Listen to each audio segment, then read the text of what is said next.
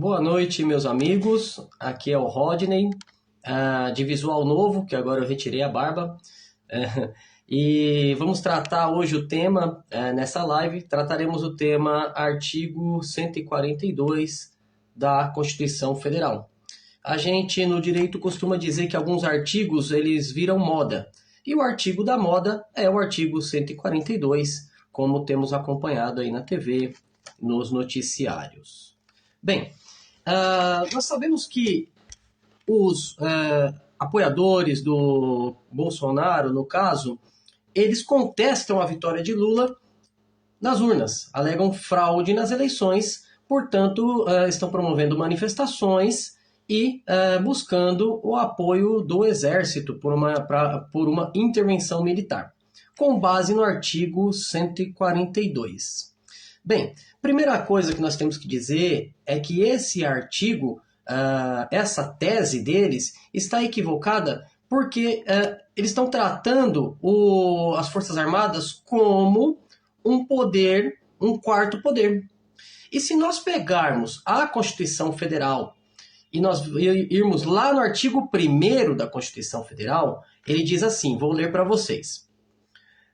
A República Federativa do Brasil é formada pela união indissolúvel dos estados, municípios e do Distrito Federal, constitui-se em Estado democrático de direito e tem como fundamentos. Bem, para fazer uma análise do artigo 142, nós temos que passar por esses artigos da Constituição e alguns elementos de teoria geral do Estado. Então, por exemplo, a República, nós já temos aí logo no princípio da Constituição o princípio republicano. O princípio republicano. E o princípio republicano, segundo a teoria de Montesquieu, que é adotada em todos os estados democráticos de direito da atualidade, ou seja, até que se prove o contrário, a melhor teoria até o momento, ela constitui-se de 3 poderes. Tanto é assim que está escrito lá no artigo 2º.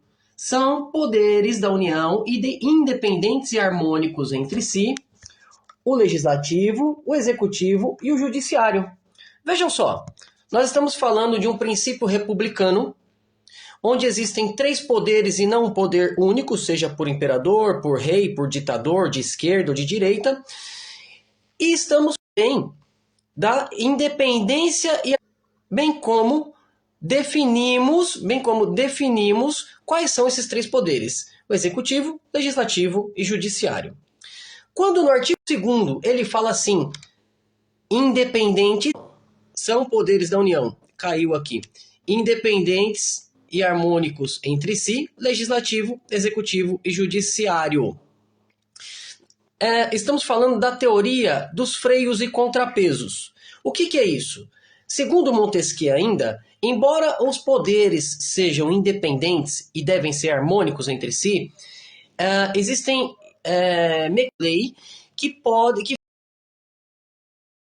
os poderes que fazem com que os próprios poderes se olhem e possam interferir um no outro. Mas essa interferência se dá em âmbito administrativo e, em caso de conflito, quem julga é o Poder Judiciário. Então, recapitulando, princípio republicano, 3 poderes: Executivo, Legislativo, Judiciário. Independentes e harmônicos entre si, ou seja, existem mecanismos que fazem com que esses poderes se controlem dentro dos limites da própria Constituição e das leis. Em caso de conflito, quem julga é o Judiciário. Bem, tecidas essas considerações iniciais, passemos à leitura do artigo 142. O artigo 142, só um minutinho, deixa eu só localizá-lo aqui. Deixa eu só localizar o artigo 142. Opa, passei. Vamos lá. Olha o que diz o artigo 142. As Forças Armadas, constituídas pela Marinha, pelo Exército e pela Aeronáutica, são instituições regulares organizadas com base na hierarquia e na disciplina sob a autoridade suprema do Presidente da República, a defesa da pátria, a garantia dos poderes constitucionais e por iniciativa de qualquer destes, da lei e da ordem. Então vamos desmembrar esse artigo. Primeiro são instituições nacionais permanentes regulares, ou seja, tem que ter uma permanência e regularidade em virtude da necessidade de proteção. Organizadas com base na hierarquia e na disciplina. Porque para você ter uma atividade dessa, ela tem que ser realmente muito bem organizada. Portanto, a hierarquia, a ordem e a disciplina fazem parte desse contexto. Sob a autoridade suprema do presidente da República. Esse é o ponto que pegam. E destinam-se à defesa da pátria, à garantia dos poderes constitucionais. Quando ele fala defesa da pátria, nós estamos falando em um sentido de defesa do território nacional e de instituições, e das instituições da própria República frente a ameaças estrangeiras. Isso quer dizer que, quando nós falamos defesa da pátria, estamos falando do território e das instituições referentes a ataques estrangeiros, inclusive nacionais também. Então nós podemos ter ataques do STF, por exemplo, em que quem vai atuar, quem vai fazer linha de frente à resistência em defesa da instituição é a própria Força Armada, as próprias Forças Armadas. Pois bem, existe também uma questão nesse próprio artigo que é sobre a garantia da lei e da ordem. O que acontece? As Forças Armadas podem ser requeridas quando houver uma necessidade que a segurança pública foi violada. Nós vimos isso no governo do presidente Michel Temer, em que ele autorizou a intervenção dos militares nas favelas, lá, né, nas comunidades no Rio de Janeiro. Lembrando que isso tem que ser por decreto, tem que delimitar território e ainda tem que delimitar as condições e o tempo. Em se havendo uma situação em que um governador de estado, do Distrito Federal ou do município não consiga regularizar algo que seja realmente que tenha um grande clamor público, aí também é possível haver uma intervenção. Deve ser nomeado um interventor.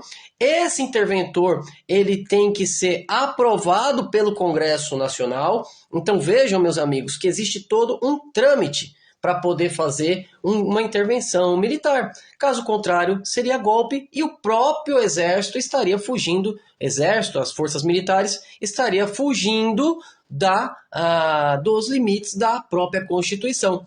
Lembrando que nenhum de nós está acima da Constituição, sequer o presidente da República. Então, recapitulando, artigo 1º, princípio republicano, 3 poderes: executivo, legislativo, judiciário, conforme o artigo 2º, independentes e harmônicos entre si. Teoria de Montesquieu, que diz que eles têm que ser harmônicos e mais eles têm mecanismos legais de interferência e controle um do outro. Legais, nada de golpe, nada de ataques. Artigo 142.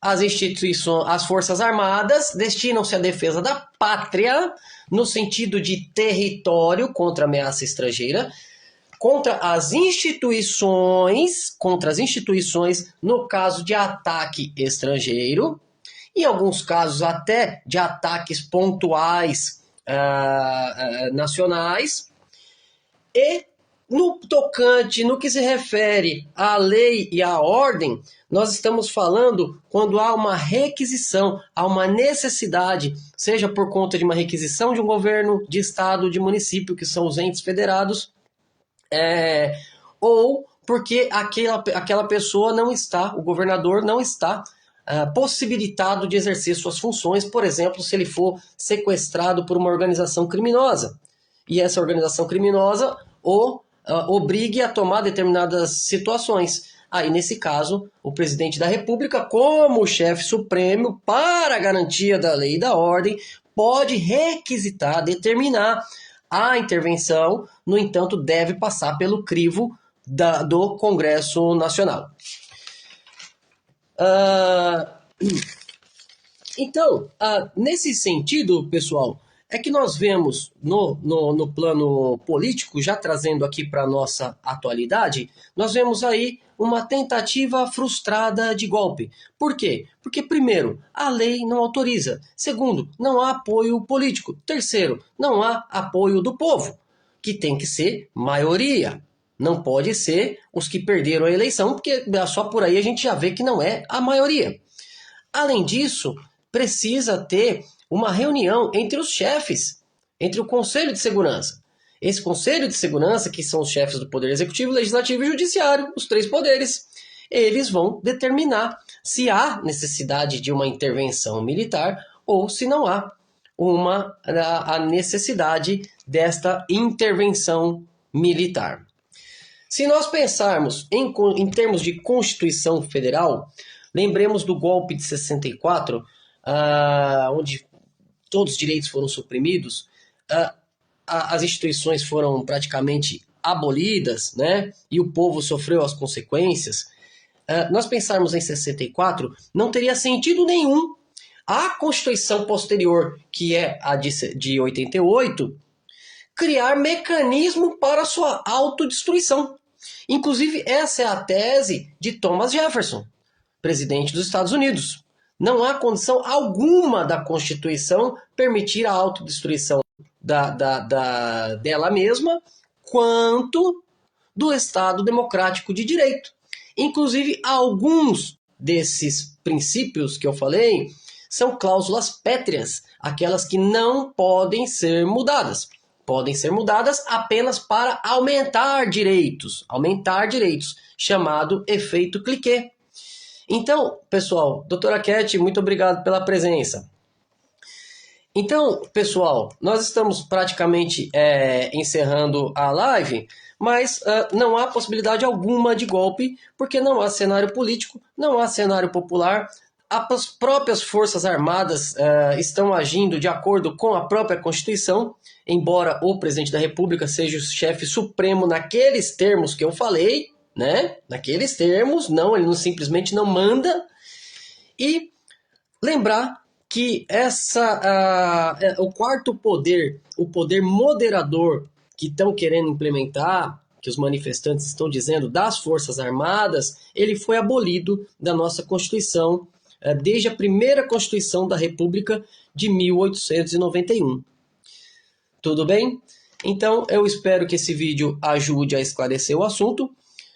Não precisa muita militância para a gente poder falar sobre esse tema, visto que basta uma simples análise da Constituição, não somente uma leitura gramatical do artigo 142, nós fomos lá no artigo 1º, artigo 2º, fomos no artigo 5º, passamos pelo artigo 5º, lembrando que a intervenção ela está prevista no artigo 21 da Constituição Federal e no artigo 34.